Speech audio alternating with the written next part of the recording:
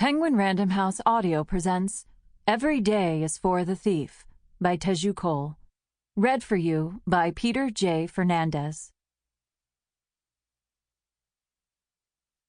Chapter 1. I wake up late the morning I'm meant to go to the consulate. As I gather my documents just before setting out, I call the hospital to remind them I won't be in until the afternoon.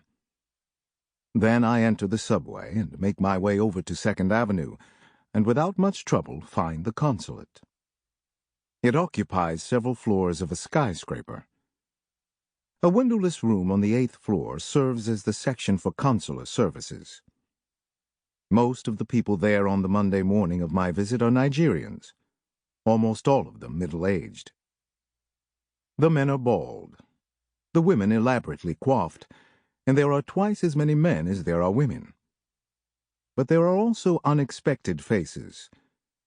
A tall Italian-looking man, a girl of East Asian origin, other Africans. Each person takes a number from a red machine as they enter the dingy room. The carpet is dirty, of the indeterminate color shared by all carpets in public places. A wall-mounted television plays a news program through a haze of static. The news continues for a short while. Then there is a broadcast of a football match between Enyimba and a Tunisian club. The people in the room fill out forms. There are as many blue American passports in sight as green Nigerian ones.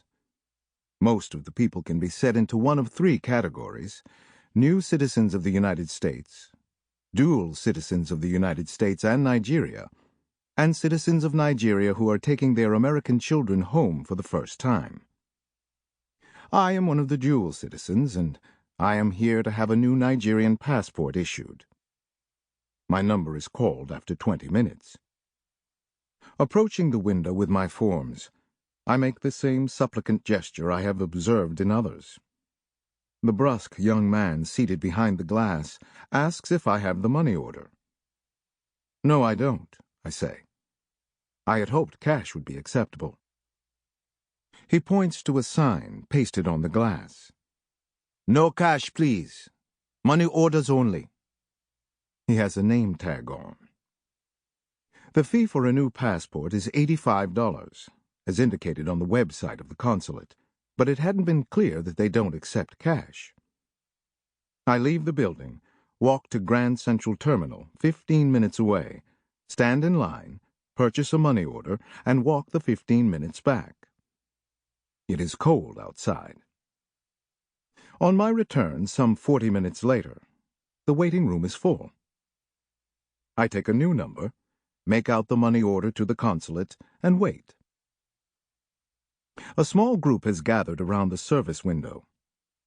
One man begs audibly when he is told to come back at 3 to pick up his passport. "Abdul, I have a flight at 5, please now. I've got to get back to Boston, please. Can anything be done?"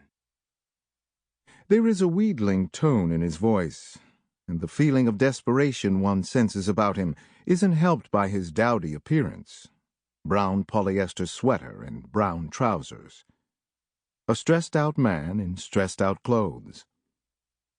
Abdul speaks into the microphone. "What can I do?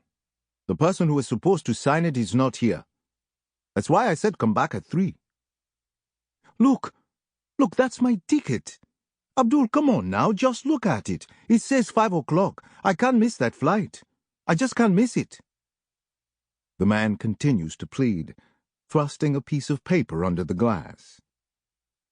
Abdul looks at the ticket with showy reluctance, and, exasperated, speaks in low tones into the microphone. "What can I do? The person is not here. Okay, please go and sit down. I'll see what can be done, but I can't promise anything." The man slinks away, and immediately several others rise from their seats and jostle in front of the window, forms in hand. "Please, I need mine quickly too. I beg, just put it next to his." Abdul ignores them and calls out the next number in the sequence. Some continue to pace near the window. Others retake their seats. One of them, a young man with a sky-blue cap, rubs his eye repeatedly. An older man, seated a few rows ahead of me, puts his head into his hands and says out loud to no one in particular, "This should be a time of joy.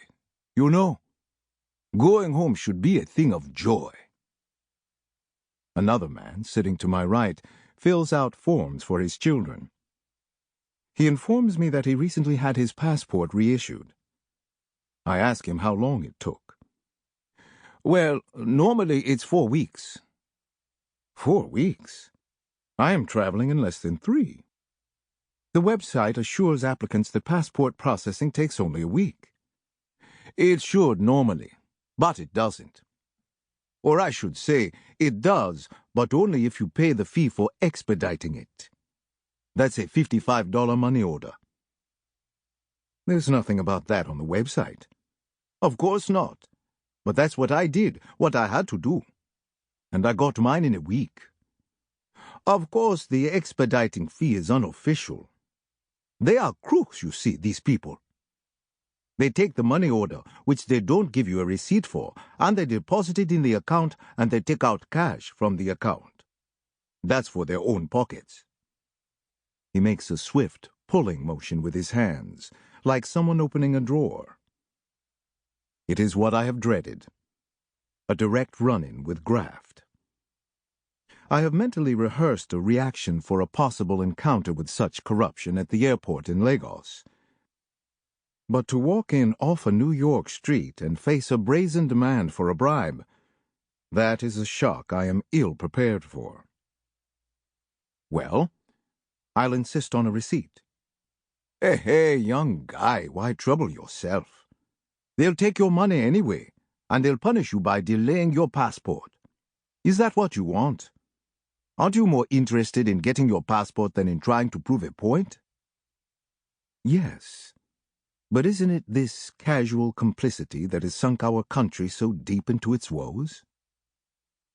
The question, unspoken, hangs in the air between me and my interlocutor. It isn't until past 11 that my number is finally called. The story is exactly as he has put it to me.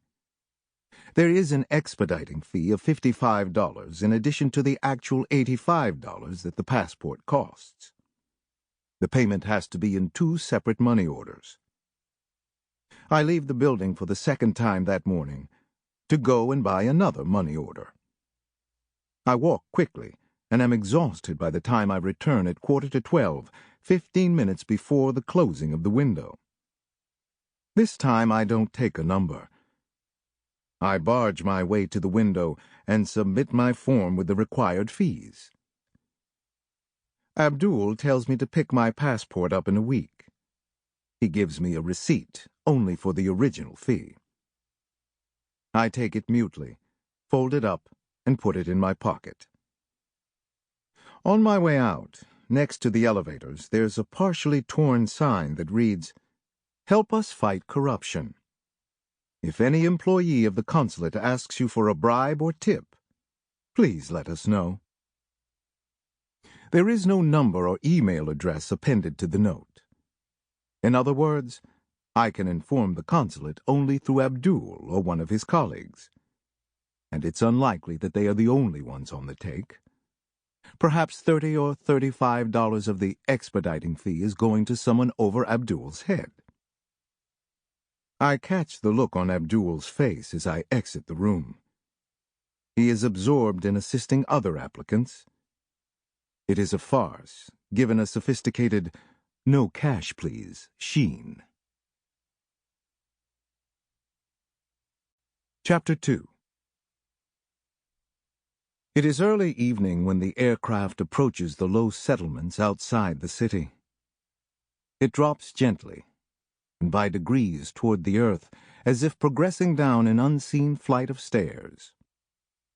The airport looks sullen from the tarmac. It is named for a dead general, and it is all that is worst about the architecture of the 70s. With its shoddy white paint and endless rows of small windows, the main building resembles a low-rent tenement. Sample complete. Ready to continue?